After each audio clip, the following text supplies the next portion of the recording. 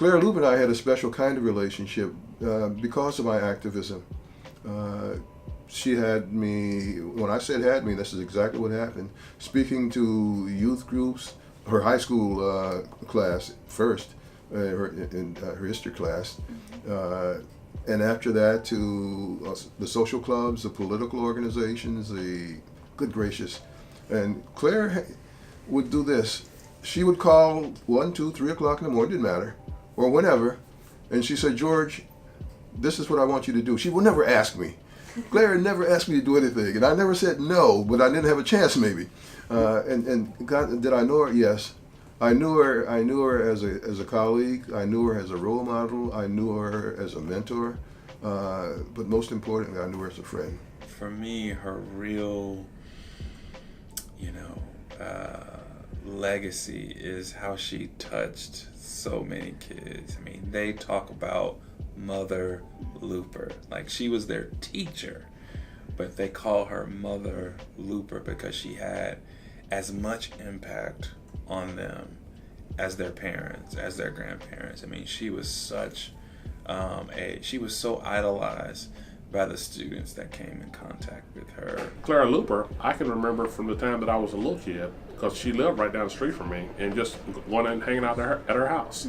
Then when we did the sit-ins, it was kind of like when we did that as kids, and I'm 11 years old, going to do the sit-ins right there.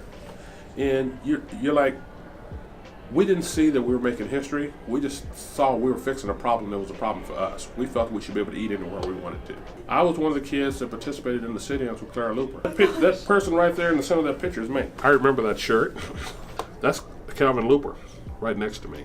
Oh, Clara's son. Yep, Calvin, that's her son. That's Linda Pogue, who does a lot of talking about the sit-ins right now, next to her. That's Linda Pogue's older sister. I can't remember her name. I think it's Diana, right there. So that's who those 4 people are right there. I think we were blessed to have her because she taught us so many lessons about life. I became a colonel in the Army because of her. Another person that became the first black police chief in Oklahoma City was another one of her students. And you start to see people like that, and you start to see all these people that kind of grew up around her and through her, where her standard, her strength, her courageousness, but also her way of forcing us to rise up to meet the bar really kind of helped us to take off. Her story is a story that, one, we want our students to know. She's a great example, representative of what African American Studies is all about. And then she has OU ties. She got her master's in education from OU in 1951. She's one of the first black graduates to graduate from OU. And so, her example, as well as her OU ties and connections, sort of made it easy for us to say, okay, this is the person who we need to lift up and celebrate and use as an example for our students.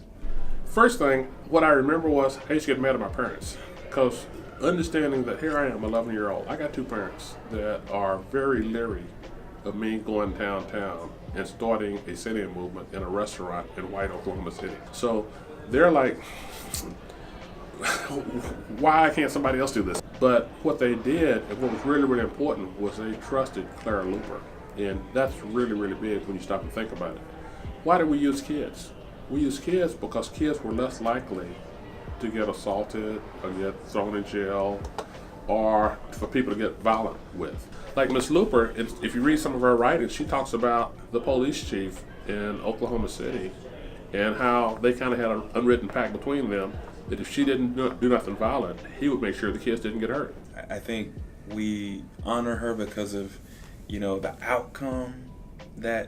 outcomes that came out of her activism, but I think her greatest legacy is as a teacher, right, and as a mentor. And she, in many ways, is someone that,